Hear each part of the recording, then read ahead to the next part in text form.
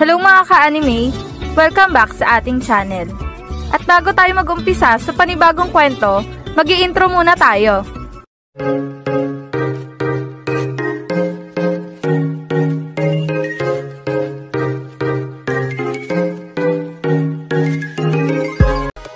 Bago natin simulan ang panibagong kwento ng International League, gusto ko lang sanang humingi ng pabor sa inyo na sana tulungan niyo akong i-boost ang video na to. Sa simpleng pag-share lang ng ating video ay napakalaking tulong na nito sa akin.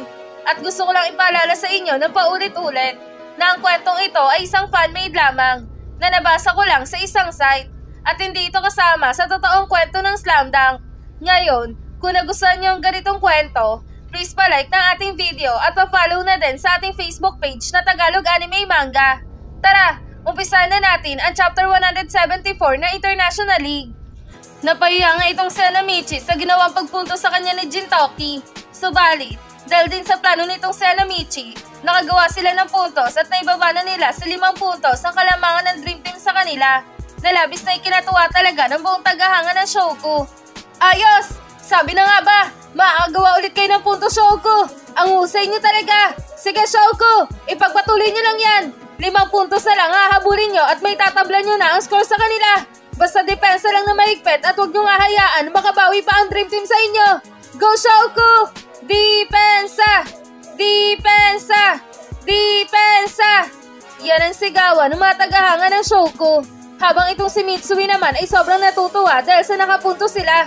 Ayos! Nakapuntos din tayo! Ngayon, tuloy-tuloy na to. Siguradong mahabol na natin sila basta gawin lang natin ang ganitong play. Yan ang sabi ni Mitsui.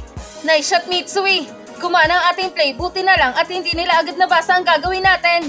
Yan ang sabi ni Hanamichi. Tama ka nga, Hanamichi. Ang galing mo talagang gumawa ng plano. Yan naman ang sabi ni Ryota nang biglang nagsalita itong si Rukawa. Huwag muna kayo magsaya mga unggoy.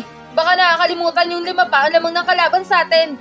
Kaya naman, hindi muna dapat kayo magsaya dyan. Dapat ang gawin nyo ay dumipensa na. Yan naman ang sabi ni Rukawa na labis na ikinainis talaga ng 3 gunggong. Napakakontrabida mo talagang lalaki ka. Wala ka naman na itutulong sa amin. Akala mo pa kung sino ka makapaghutos. Yan ang inis na sabi ng 3 gunggong. Habang itong coach ng Dream Team ay talaga namang nagulat sa play na ginawa ng Shouko. Aba, hindi ko inaasahan ang ganong play nila. Maganda ang ginawa ni Shouko. Ngunit, hindi yung sasapat para magsaya kayo agad. Dahil kayang-kayang bawiin ng mga player ko ang ginawa niyong puntos. At kaya din nilang doblehin ang puntos na yon. Yan ang nakangising sabi ng coach ng Dream Team na talaga namang sobrang tiwala sa kakayahan ng kanyang mga manlalaro. At itong si Fujima naman ay napangiti sa kanyang sarili. Sabi ko na nga ba, merong ibang play na gagawin itong sila Hanamichi eh. Ang husay nila sa posisyon na yun ah. Sana magtuloy-tuloy na to. Yan ang sabi ni Fujima. Tama ka nga, Fujima. Pero parang hindi pa yung sasapat para masabi natin na gumaganda na nga ang laro ng ating kupunan. Yan naman ang sabi ni Maki. Tama ka, Maki. Dahil masyado pang maaga. At hindi pa talaga natin alam kung sino nga ba talaga ang ace player ng Dream Team. Dahil lahat sila ay may laro at lahat sila ay gumagalaw sa kupunan nila. Kaya ang hirap malaman kung sino ang totoong ace player sa kanila. Yan naman ang sabi ni Sendo. Sa kabilang banda naman, hawak na nga ng Dream Team ang bola at dinadala na ito ni Jade papunta sa kanilang basket. Habang binabantayan ito ng mahigpit ni Ryota. At sa pagkakataon na to, sobrang haras ng depensang ginagawa ni Ryota sa kanya. Aba, ang higpit ng depensa ng bansot na to sa akin ah. Pero hindi pa inuubra dahil kayang-kaya pa rin kitang lusutan. Yan ang sabi ni Jade. Sabay isang napakabilis na spin moves pakala ni Ryota. Sabay hugot sa bola at ipinatalbog ito sa magkabilang hita ni Ryota. Sabay lusot sa depensa nito at kuha sa bola na naging dahilan upang tuluyan niya na nga maiwanan ang depensa ni Ryota sa kanya. Habang itong si Mitsui naman ay biglang kumawala kay Gintoki. At talaga namang hinabol itong si Jade para pigilan sa binabalak niyang pag-atake sa loob ng basket. Ngunit, ang hindi alam ng Shouko ay nasira na ang kanilang depensa dahil na nga sa biglang huminto itong si Jade ng mabilis. Sabay nalukwas ng bola papunta kay Gintoki na nalibre na nga sa 3. Ano? Patay na. Nadali ako na lalaking to ah. Hindi ko naisip na isang panililang lang pala ang ginawa niyang pag-atake. Patay na. Nalibre na tong si Gintoki. Siguradong mayayari ako nito. Yan ang sabi ni Mitsui sa kanyang sarili na talaga namang nagsisisi dahil iniwan nito si Gintoki sa 3. Naku po, delikadong Shouko dito. Na-open ang 3-pointer ng Dream Team. Pero sana naman hindi pumasok ang kanyang tira kapag bumitaw na ito. Yan naman ang kinakabahan na sabi ng mga tropa ng Shouko. Habang itong si Jintoki naman ay nagawa na makuha ang bolang ipinasa sa kanya ni Jade. At nangawak na ni Jintoki ang bola, hindi na ito nag-aksepa ng oras. At agad itong tumalo ng mataas at tumira na rin ng isang napakasolid na tres. At sa pagkakataon na to, wala na nakasabay pa kay Jintoki. Kaya naman, nagawa nitong maipasok ang kanyang tira sa kanilang basket na naging dahilan upang maitaas ulit nila sa 8 puntos ang kalamangan sa Shouko. Nalabis na ikinatahimik talaga ng mga tagahanga ng Shouko dahil na nga sa hindi sila makapaniwala sa ginawang play ng Dream Team. Grabe! Bakit sobrang hirap na hirap ang Shouko sa Dream Team? Mapa-opensa o depensa ay nahihirapan sila. Ano na kaya nangyayari sa Shouko?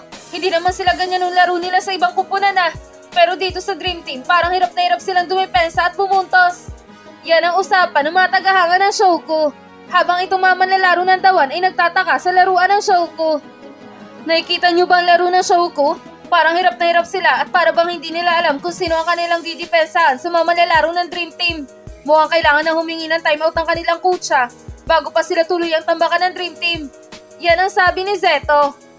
Tama ka coach, dahil kapag nagpatuloy ang ganitong laro nila, siguradong lalo lang silang mababaon, kaya naman, dapat makagawa na sila ng bagong plano at dapat masabihan na rin sila ng kanilang coach. Yan naman ang sabi ni Hatoshi. Lagpas 5 minuto na ang nakakalipas pero hindi pa din magawang makabawi ng gusto ng kupunan ng Shouko. Hindi ito maganda para sa kanilang kupunan. Dapat talaga may gawin na ang kanilang coach. Yan naman ang sabi ni Kenji. Habang itong coach ng Dream Team ay nasisiyahan sa ipinapakitang play ng kanyang mga manlalaro. Malabong matalo kami dito ng Shouko dahil mas pinalakas ko pa ang shooting ng aking mga manlalaro. At kumuha ko ng isang manlalaro na napakahusay din. At ito ay si Jintoki. Napakalakas nito sa lahat ng pwesto. Maasahan ito mapa 3 point o kahit sa loob ng basket. Kaya naman, siguradong 100% na kami ang aabante sa finals. Yan ang sabi ng coach ng Dream Team. Habang itong si Coach Hansei naman ay agad na tumayo at humingi na nga ng isang timeout. Kaya naman, itong referee ay agad na pumito ng malakas. Timeout para sa Shouko! Ang mga manlalaro na magkabilang kupunan ay magsibalik na muna sa kanilang bench. Yan ang sigaw ng referee na naging dahilan upang ang mga manlalaro na magkabilang kupunan ay magsibalik na nga sa kanilang bench. At itong mga tagahanga ng Dream Team ay nagsisigawan na nga ng sobrang lakas. Okay, una humingi ng timeout ang kupunan ng Shouko. Mukhang kinakabahan na yung matandang coach nila. Mukhang papagalitan niya ang kanyang mga manlalaro dahil sa mga wala itong nagawang maganda sa laban. Hoy mga manlalaro ng Shouko, kung ako sa inyo, magsiuwi na kayo dahil malabong manalo kayo sa aming pambato. Kaya naman, umuwi na kayo mga talunan na Shouko. Uwi na! Uwi na! Uwi na! Yan ang sigawan ng mga tagahanga ng Dream Team. Habang itong mga tropa ng Shouko ay naiirita sa mga tagahanga ng Dream Team. Aba, kung makapagsalita itong mga pangit na taga-suporta ng Dream Team akala mo talaga may bilang sila. Hindi pa naman tapos ang laban. Mamaya kayo sa amin. Dahil siguradong pagtapos ng timeout na to, kakainin nyo lahat ng mga ipinagsisigawan nyo dyan. Dahil Shouko naman ang babawi. Yan ang sabi ni Takamiya. Tama ka nga dyan, Taba. Akala mo talaga sila ang naglalaro. At akala mo talaga talo na ang Shouko. Mahaba pa naman ang oras Kaya naman, siguradong makakabawi pa ang Shouko dito. Yan naman ang sabi ni Nomo. Hayaan nyo na sila. Huwag nyo na silang patulan pa. Mag-a-axel lang kayo ng oras ng mga yan. Dapat gawin natin, suportahan na lang natin ang Shouko at i-cheer din natin sila para hindi sila panghinaan ng loob. Yan naman ang sabi ni Mito. Kuya, Hanamichi, kaya nyo yan. Huwag kayong magpapatalo sa Dream Team. Alam ko makakagawa kayo ng paraan para makabawi sa kanila at mabawi ang kalamangan nila. Kaya naman Shouko, galingan nyo. Alam ko makakaahon din kayo. Yan naman ang sabi ni Haruko. Habang itong coach ng Dream Team ay napangiti na nga sa kanyang sarili. Ayan na, sabi ko na nga ba, hihingi na ng timeout itong coach ng Shouko.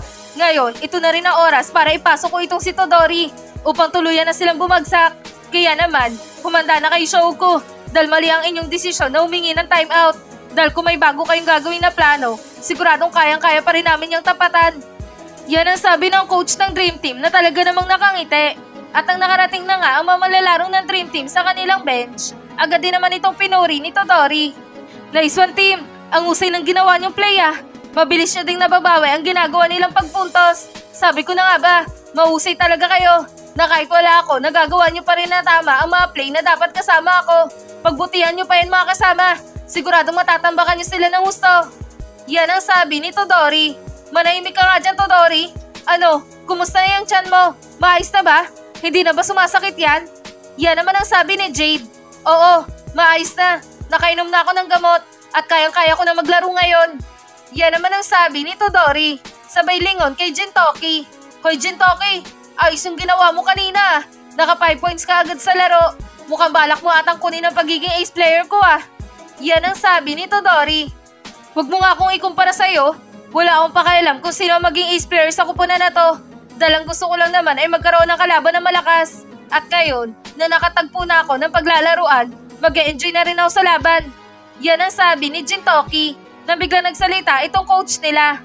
Tama na, Daldal. Magpahinga na muna kayo at i-reserve nyo ang inyong lakas. At ikaw, Todori, maganda ka na dahil maglalaro ka na rin.